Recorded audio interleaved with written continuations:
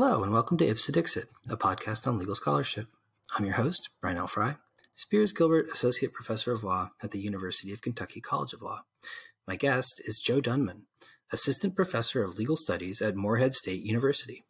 We will discuss his article, The Devil in Recent American Law, which is published in the Pace Law Review. So welcome to the show, Joe. Thank you very much for having me. Oh, the pleasure's all mine. When I saw your paper on SSRN, I knew I was going to have to interview about it. And it was just a bonus that I knew you through Twitter already, which made it that much easier. But I'm just fascinated for some reason by like supernatural implications for legal issues. And I've talked to some other people about this subject before. I wonder if for the purpose of the podcast, it wouldn't be helpful if you start by talking a little bit about why, in theory, courts probably shouldn't be talking about the subjects that you're covering in your paper in the first place. Sure. Well, I'll tell you, I too am really interested in the devil, but mostly because I'm a huge metal fan. I've been really into heavy metal my whole life, and this. For any future researchers sitting around wondering, how do you start a research paper? This is how you do it. You sit in your office and you say, I wonder what courts have talked about the devil, right? I wonder how Satan ever comes up. And so you do a Westlaw search for the word Satan, and you start pouring through the cases, and you start to realize that the devil comes up in lots of different scenarios. He comes up in defamation cases. He comes up in criminal trials. He comes up, wardens and inmates are always fighting about the devil. And so Satan appears in all these different areas of our law, and mostly because Satan is this area of dispute, right? Satanic association is usually something that causes social strife. And so any kind of social strife results in litigation usually. And so there's lots of case law on the topic. Now, why shouldn't there be any case law? Well, the Supreme Court, as you know, and hopefully everybody knows, they have repeatedly said, when it comes to religion, the courts have no jurisdiction, right? You and your God, you and your church are outside the jurisdiction of the civil court system. The reason is we don't want to have heresy trials. The last thing we want is to start trying to figure out if one person's religion is true and the other person's religion is false. The famous U.S. Supreme Court case of Ballard, Justice Douglas, said, look, your relationship with God is no concern of the state. We don't do heresy trials here. And yeah, Ballard was probably ripping people off by lying about his religious beliefs. But hey, that's not for us to judge. We just can't get involved in that kind of thing. And this doctrine dates back even farther to the 1800s with the Watson case, where the Supreme Court said, look, if you get in a fight with your church, it's none of our business, right? We that's between you and your church. We can't get involved because then we start becoming an inquisition. And so nevertheless, Satan comes up in lots of secular ways, and you can separate, I guess, or they at least try to separate the religious impact of Satan from the social impact of Satan, which is actually pretty profound. Because when you're accused of being a devil worshiper, other people around you, at least in the United States through our history, start to look at you funny. And it can really hurt your reputation. It can turn a jury against you. It can result in solitary confinement because your warden hates you now. It has profound implications that we consider, to have legal import. And so I focused on 5 different areas of the law where Satan comes up a lot. And that's defamation claims, criminal trials where both guilt and sentencing are at issue, witness credibility and also testamentary capacity. There's also, of course, in prison, warden versus prisoner battles over religious practice. And then finally, Satan comes up a lot in litigation as a party, either as the defendant a couple times, but also as the actual plaintiff. People taking on the title of Satan or accusing the warden of being Satan himself, stuff like that. So it comes up in lots of different interesting contexts. Right. So, I mean, it did strike me that the kind of area of law that you started with, defamation, was really the one that felt like it created the most sort of direct tension or conflict with the sort of concept of separation of church of state and the sort of putative agnosticism of courts when it comes to matters of religious belief and practice. So, I mean, I wonder if you could talk a little bit about how Satan comes up in that context and how courts, as you've seen it, have wrestled with whether or not like alleging Satanism or a connection to Satan or some sort of like satanic element of somebody's life or religious practice could constitute a viable defamation claim. Right. Well, to understand how Satan weaves his way through defamation, you have to go back to the witch trials. In the colonial era, both in England and the United States, we executed people for being witches. Usually that was, you were in league with Satan himself and he was giving you special powers and you were using them for evil. As we now generally think, mostly those, of course, were bogus accusations of people that were, for whatever reason, disliked by the community. I'm not sure they proved anybody had any supernatural powers. But we know lots of witches, accused witches were executed. But there were lots of accused witches that were also exonerated, who were not convicted. And what they usually did was immediately file suit for defamation. It is, after all, quite harmful to your reputation and the little theocracies of colonial America, Massachusetts especially, where the church was in control of society. It's very harmful to your reputation to be accused of being a witch. And so there's lots of case law where the acquitted witches would then file suit, and the courts would frequently award them damages or an injunction. Or I don't know if they called it an injunction back then, but they would compel the accuser to recant and to admit to others that they weren't actually a witch and it was a false accusation. It got so bad in parts of colonial America that, in Virginia, they passed a law that you would be fined £1,000 for a false witchcraft accusation. It was a constant tactic to hurt your enemies, right? Not even in a religious sense, in a social sense, right? You could target your enemies, besmirch their reputation, and and maybe they might actually get executed for it. But the Lockean era descended upon the United States. We formed a country with the First Amendment. We had lots of founders starting to embrace the separation of church and state in various capacities, and witch trials disappeared. But accusations of witchcraft did not disappear. People still used it because they were very religious communities. And so you still have claims. And what the courts during this time, most of these early cases occurred outside of church. It wasn't an internal church dispute. And people would use this because most of the community was religious, even if they didn't attend your same congregation. And so the case law starts to build where the courts reach a conclusion that a false accusation of being a Satan worshiper is a big harm to a person. It's a big injury, and it's something you can sue over. Now, with the history of defamation, there's libel and slander. Slander per se, you generally speaking, they would not recognize claims unless it directly hurts your profession or it was an accusation of a crime. And so once witchcraft stopped being a crime, it was tougher to win these cases.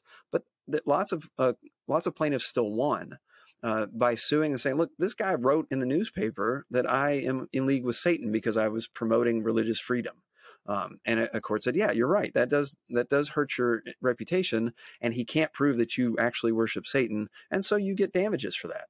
And so that developed over years. Now, of course, it does get tricky when the dispute occurs inside of a church. And I profile a couple cases in my paper, more recent, where somebody actually did, these disputes arise out of what seem to be actual secular disputes.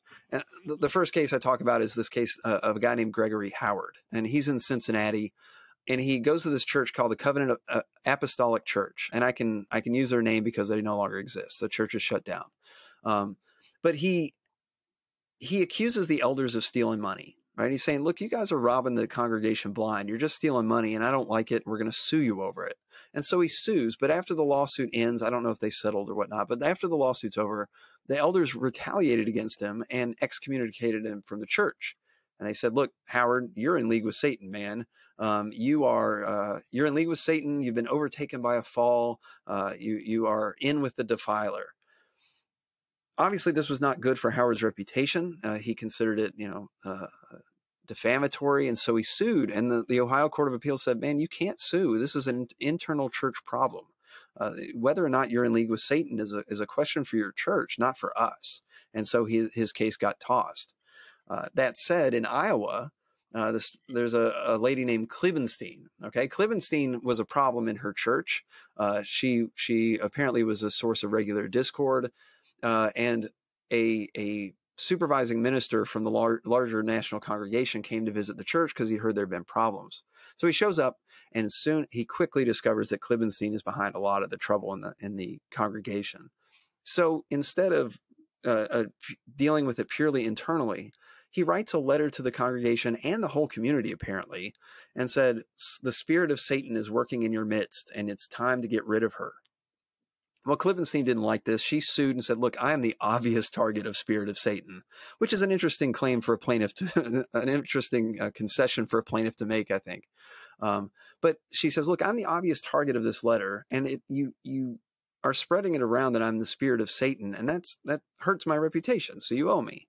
And the Supreme Court of Iowa said, yeah, they do. This is defamatory, and we do have jurisdiction because you wrote the letter not just to the church, but to the whole community, and that changes the effect. But also what they said was, Satan has a secular meaning. It's more than just religious. Being accused of Satan worship hurts your reputation in the larger community no matter what, because we all, as Americans with a Christian background and majority Christian identification, when someone accuses you of that, everybody knows what it means. It means you're a bad person, you do bad things, you're not trustworthy. And so it has more than a religious meaning. It has a secular meaning as well, and therefore you can sue over it. And so those are the two, I think, interesting approaches of the court state, because ultimately Howard's case was probably as secular as Klibenstein's, right? It was not really a question of whether he was really in league with Satan. His elders were just mad at him, and they needed a reason to kick him out, and so they accused him of being in with the devil. I don't think the court would lack jurisdiction in that case, but they opted not to take it anyway. Mm-hmm. Well, it seems to me that, in a lot of ways, the most kind of familiar Satanism, devil worshiping type accusations that I recall in my lifetime are the very unfortunate kind of satanic panic of the 1990s and so on, and the people who were pursued for all of these claims that they did all kinds of bad things in the context of devil worship that turned out, none of which turned out to be true as far as I'm aware, or at least almost none of which turned out to be true. And I wonder, to the extent that these kinds of accusations are being made in a criminal context, they seem to sort of rely on a similar kind of bad association, and to say, in a sense, the overwhelming majority of people consider themselves Christian believers, and therefore saying this defendant not only did a bad thing, but did a bad thing motivated by Satanism is like a way of, it seems like a similar kind of thing as like saying you should convict them because they're a bad person. Yeah.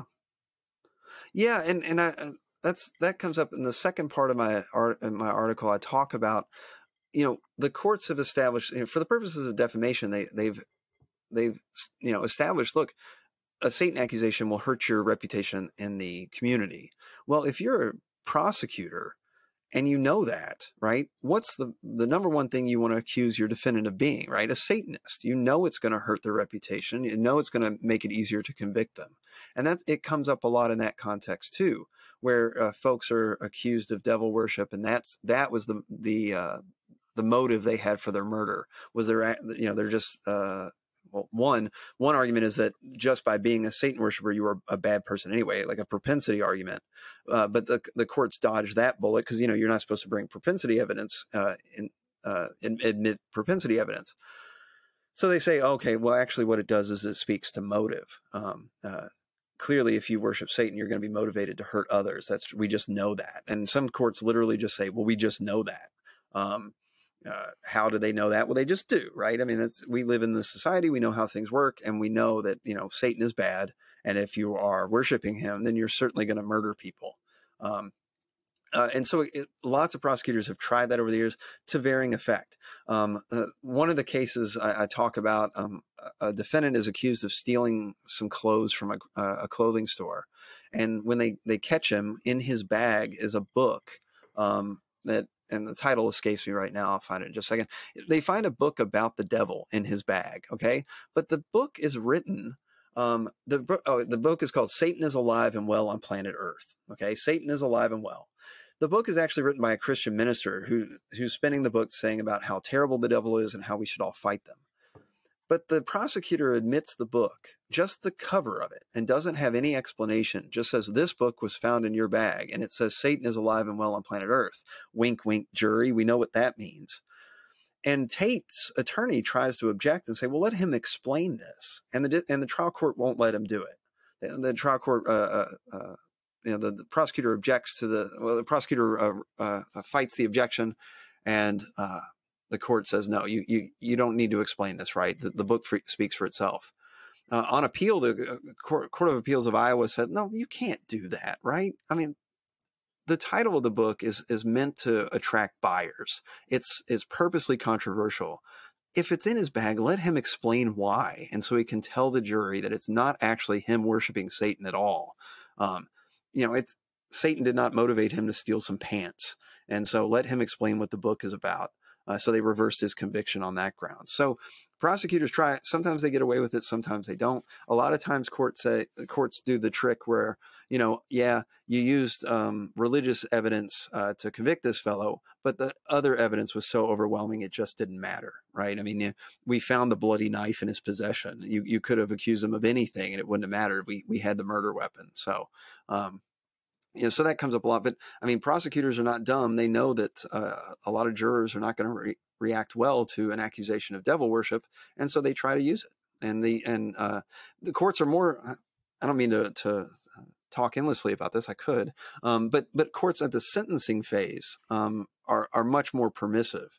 If you were accused of Satan worship at the sentencing phase, it's probably going to get in, and usually they use it as, well, it's an aggravating factor. You can use that kind of evidence as an aggravating factor, even though it would not prove you're guilty or innocent, but we're past that point. And now we're just trying to figure out what kind of punishment you deserve. And we know Satanists deserve as harsh punishment as we can dole out.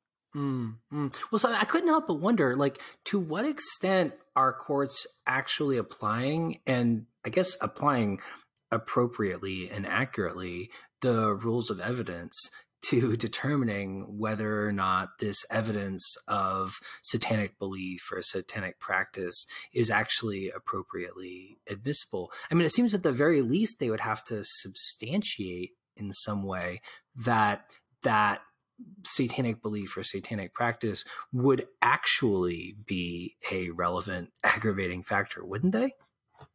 Well, yeah, it's funny. I mean, as far as there's a specific case that I talk about in the article too. A guy named Kostel.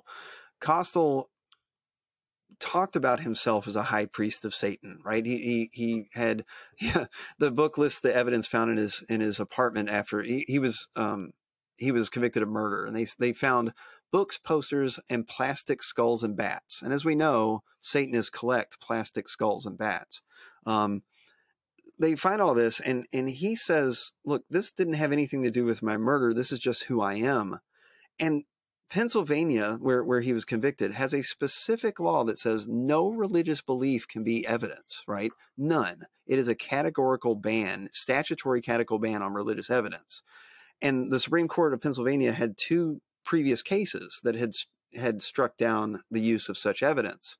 But nevertheless, the court in his case found no error, and they said, look, the jury wasn't compelled to believe he was a Satanist, right? They could have decided for themselves, and even if it's prejudicial, it wasn't unfairly so.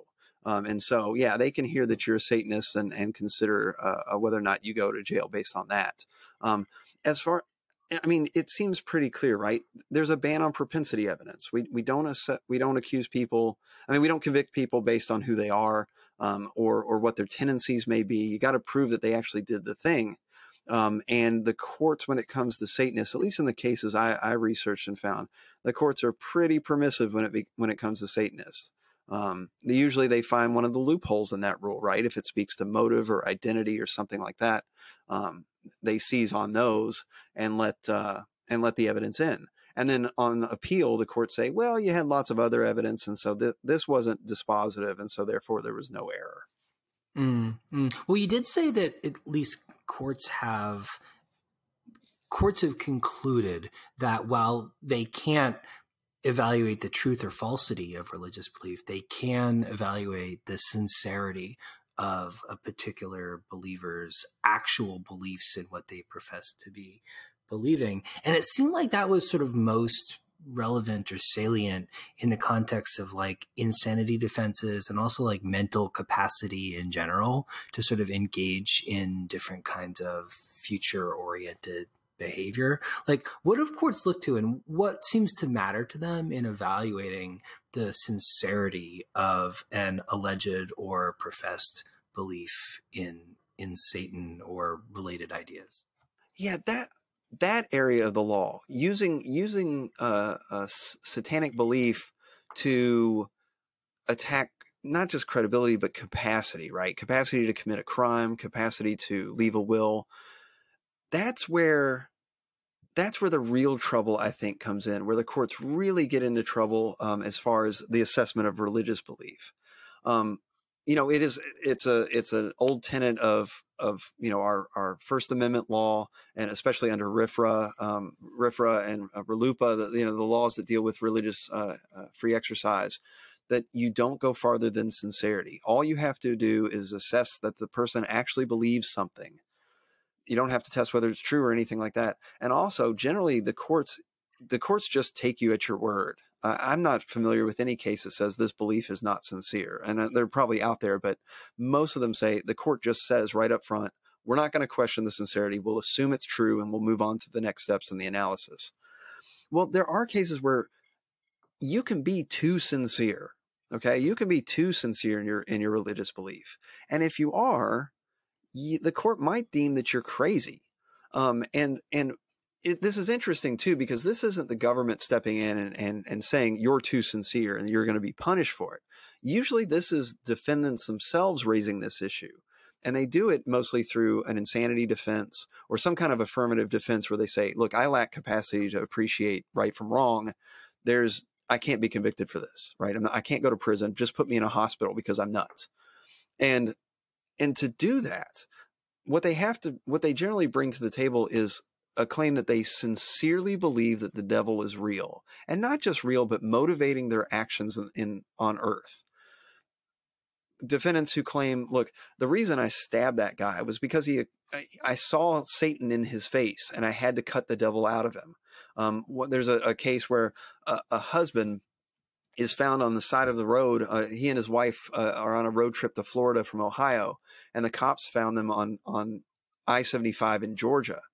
And he is sitting in his car, and his wife is dead next to him. And the officers say, well, what happened? And he says, well, she had the devil in her, and I had to choke it out of her. And so he says, look, I had a literal belief in Satan. You can't convict me for this murder. I didn't appreciate what was real or not. Well, to say that someone who has a sincere belief in Satan doesn't appreciate what's real or not seems like it's a religious test to me.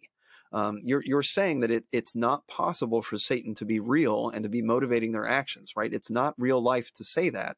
And so we will not hold you accountable for your actions because you're just not grounded in reality. That seems like a religious test to me. And now I don't have a good alternative to that problem. Because we do appreciate that, like, if you can't appreciate what's wrong or right, we can't convict you of a crime, right? We have to deal with you some way else. You need treatment or something, or some kind of anything other than prison. We can't convict you of this crime. But it's just a weird area of the law because we allow insanity defenses And the courts appreciate that there is such thing as what the courts call them hyper-religious delusions. Okay, there's such thing as a hyper-religious delusion, and that's where your religious belief is just too sincere for the rest of us, which is really problematic. We're not supposed to. It's just weird. In the discrimination of free exercise area, we have one approach to religion, but in criminal law, we have a very a different approach. And how the courts can reconcile their role as a civil arbiter and not a religious arbiter with their inquiry into somebody's religious beliefs in that context, I don't know. I don't know how they reconcile it. And they mostly just don't talk about it. They just get the doctors on the stand and they say, well, did he literally believe Satan was in charge of all his actions? Yes, he did. Okay, well, we won't hold him guilty. So it's a very strange area of the law, and it's it raises all kinds of First Amendment issues and lots of jurisdictional issues for me, but the courts don't seem to mind.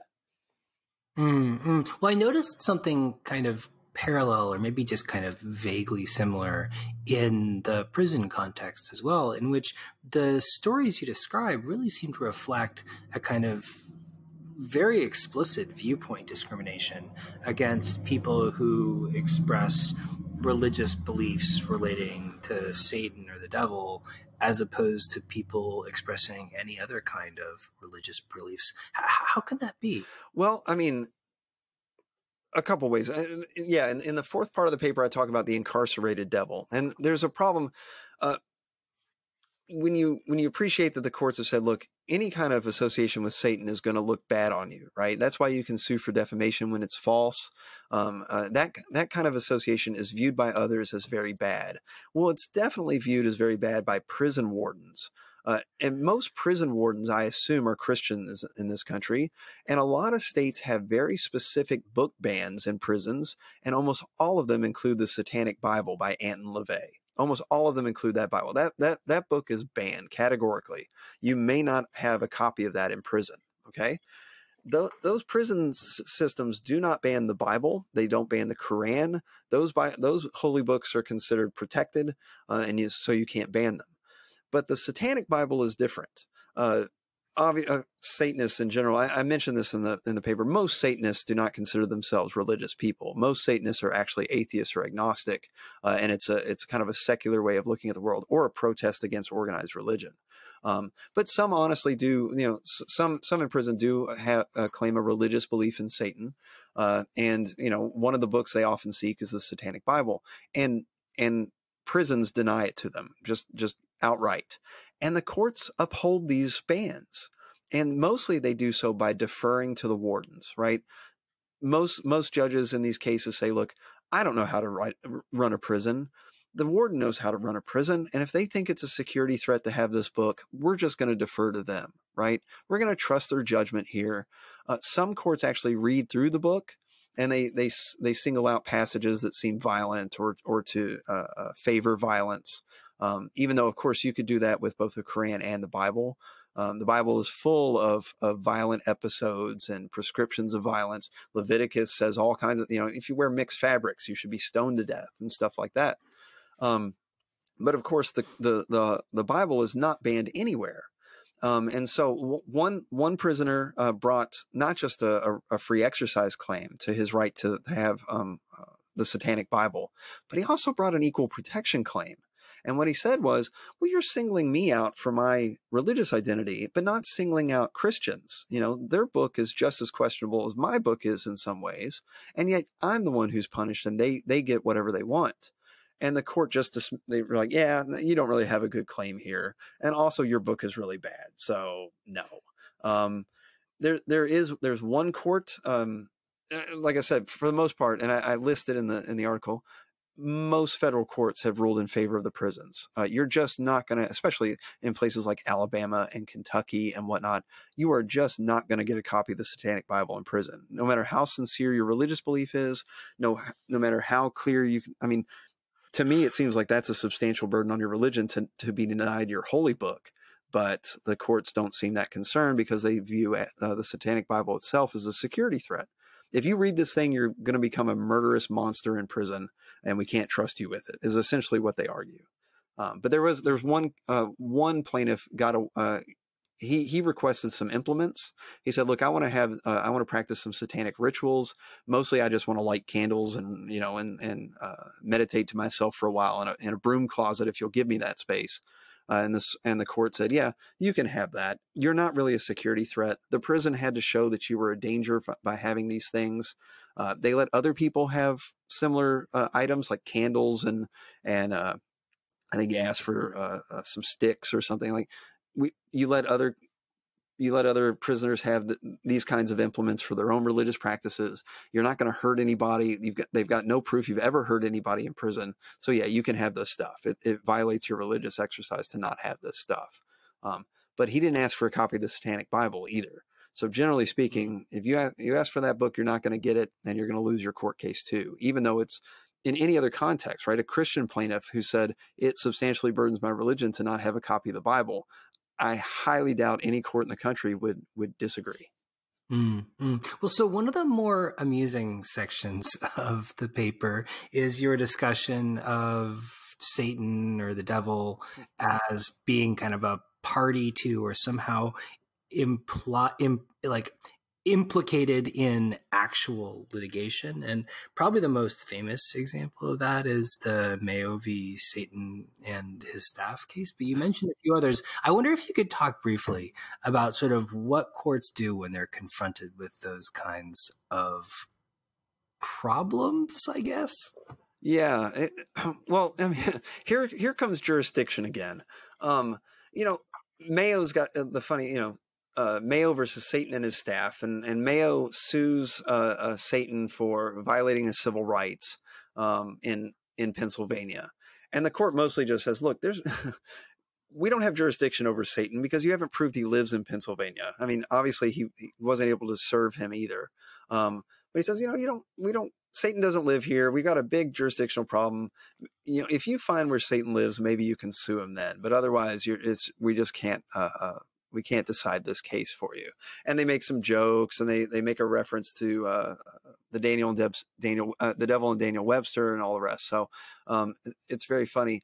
But there's another situation where a plaintiff sued the Church of Satan for rejecting his membership inquiry.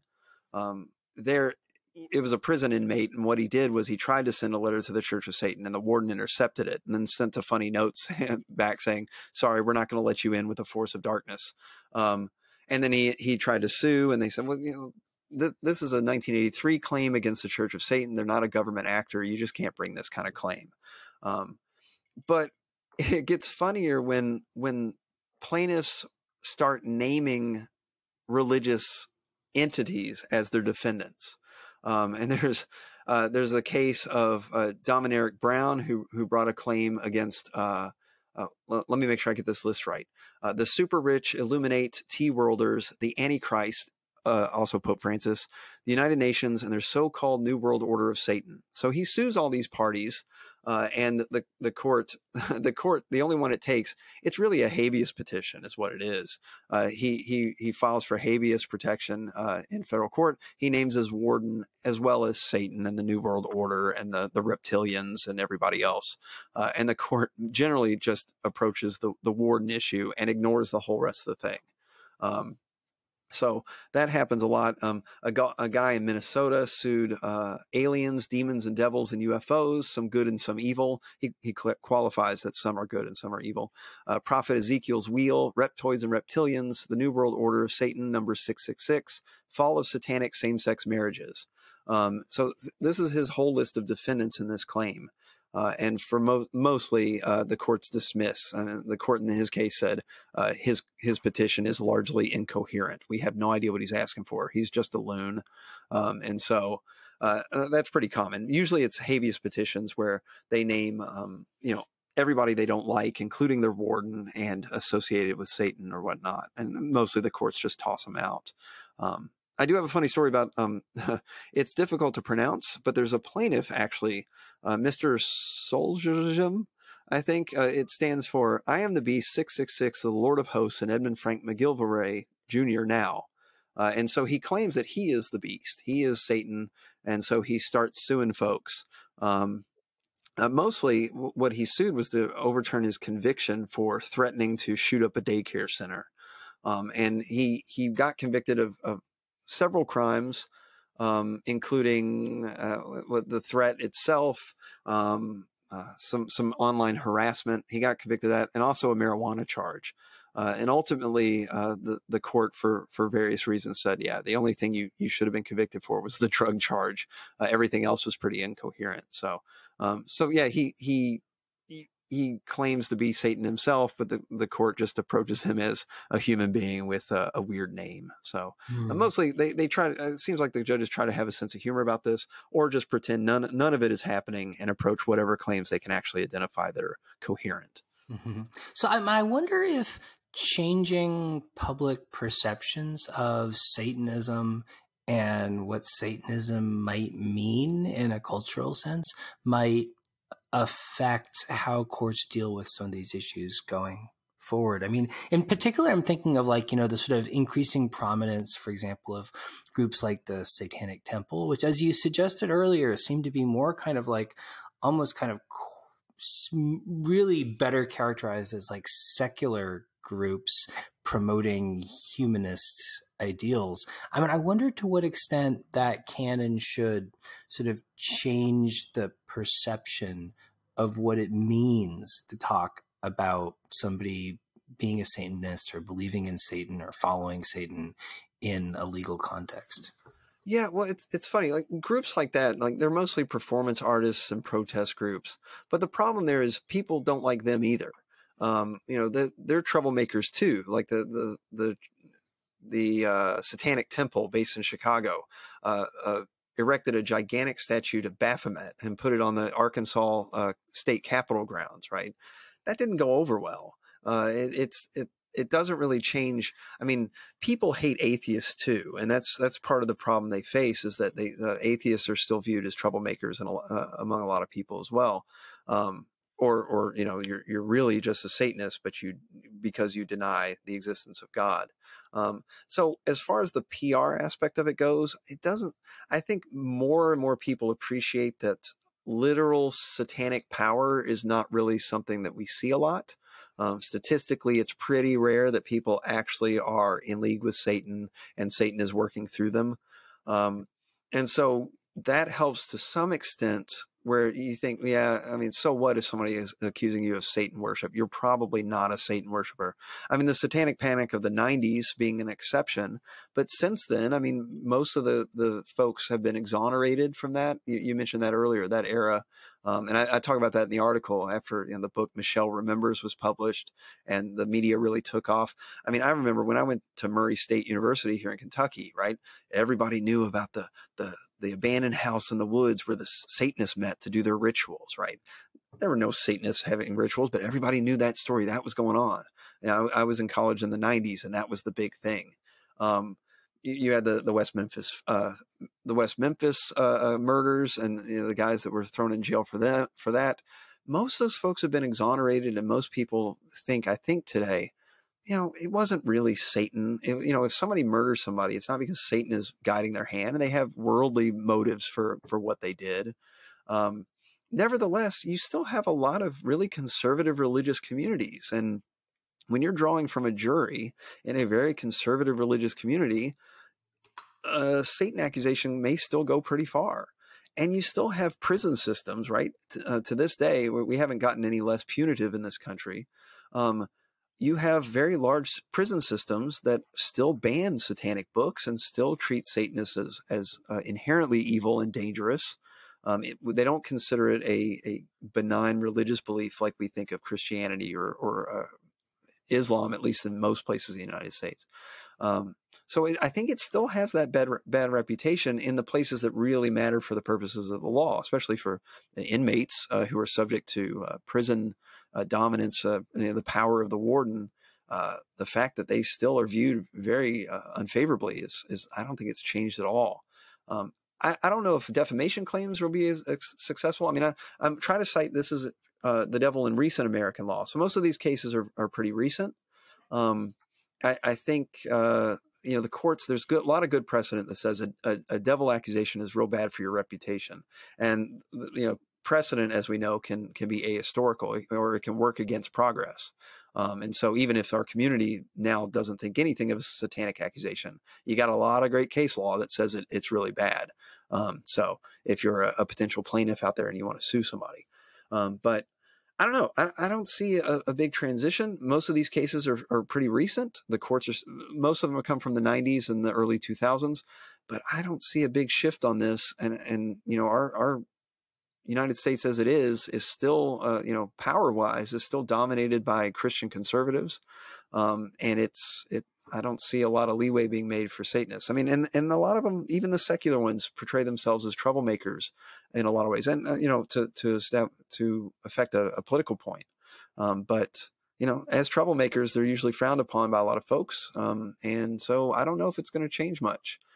Maybe if there's a big satanic revival and you know, it really starts to pick up, but I just don't see it. It's a tiny minority religion if it exists at all, and they are mostly still scorned. Mm-hmm. Well, so Joe, in closing, in the paper, you kind of disclaim any kind of broader, big picture theoretical claims or observations. You kind of provide a amusing and provocative survey of how courts have wrestled with greater or lesser degrees of success this issue. But I mean, I wonder if you could spend a minute or two just kind of taking a step back and reflecting on sort of, do you see any sort of bigger picture theoretical sort of framing or kind of a judicial theory of what it means to talk about Satan and Satanism reflected in the materials that you studied for this article? Well, I mean, I'm reluctant to do that. Mostly, you know, just real quick, I write from a descriptive perspective. I'm a practitioner at heart. As a practitioner, I want to read about how the courts are actually ruling, so I can craft my arguments around that and understand how the precedent works.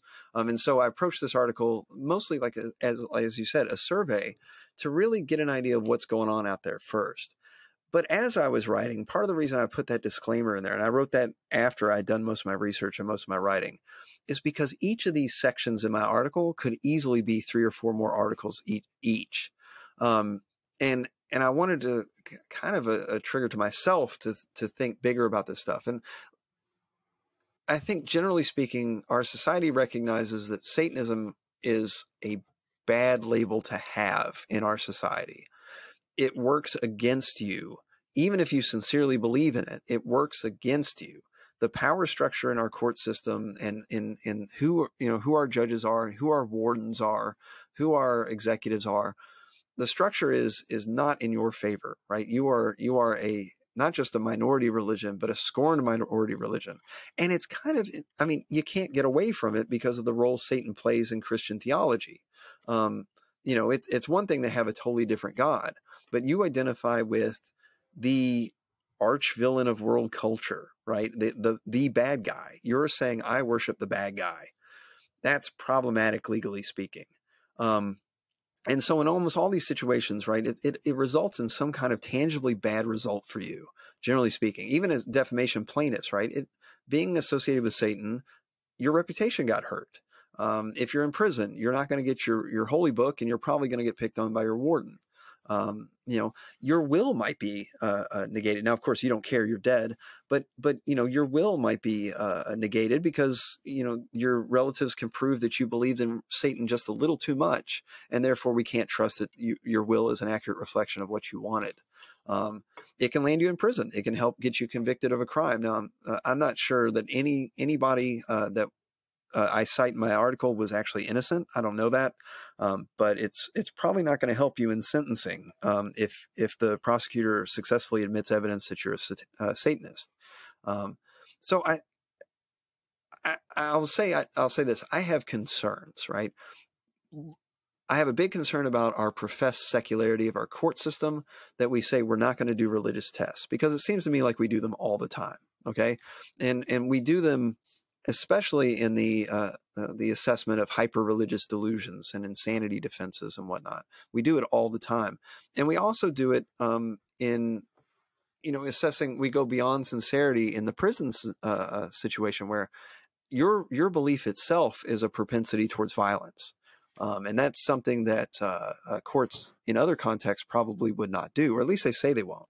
And there's also potentially lots of evidence being admitted that should not be admitted against folks based on that. So I don't know if there's a unifying theory. It's that we're really hypocritical when it comes to Satanism as far as religious belief compared to how we treat Christians and other claimants. Awesome. Well, thank you so much, Joe. This was a really fun conversation. I really enjoyed your paper, and I hope listeners will check it out. Great. I really appreciate it, Brian. Thanks for having me.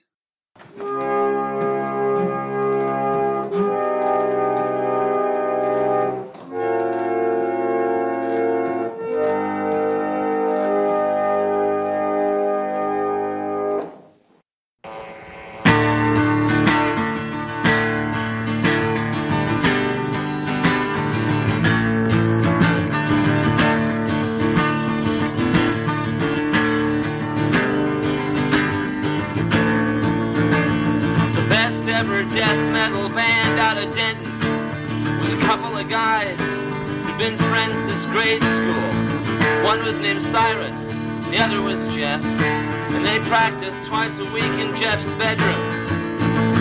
The best ever death metal band out of Denton. Never settled on a name, but the top 3 contenders after weeks of debate were Satan's Fingers, and the Killers, and the Hospital Bombers.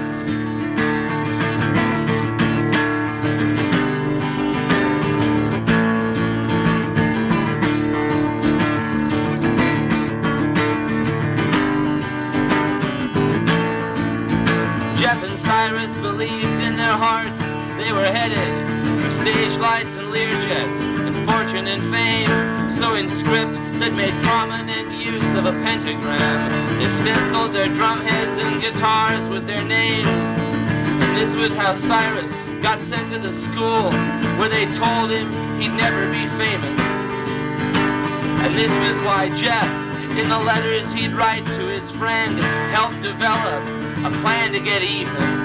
When you punish a person for dreaming his dream, don't expect him to thank or forgive you. The best ever death metal band out of Denton will in time both outpace and outlive you. Hail Satan! Hail Satan! Tonight, hail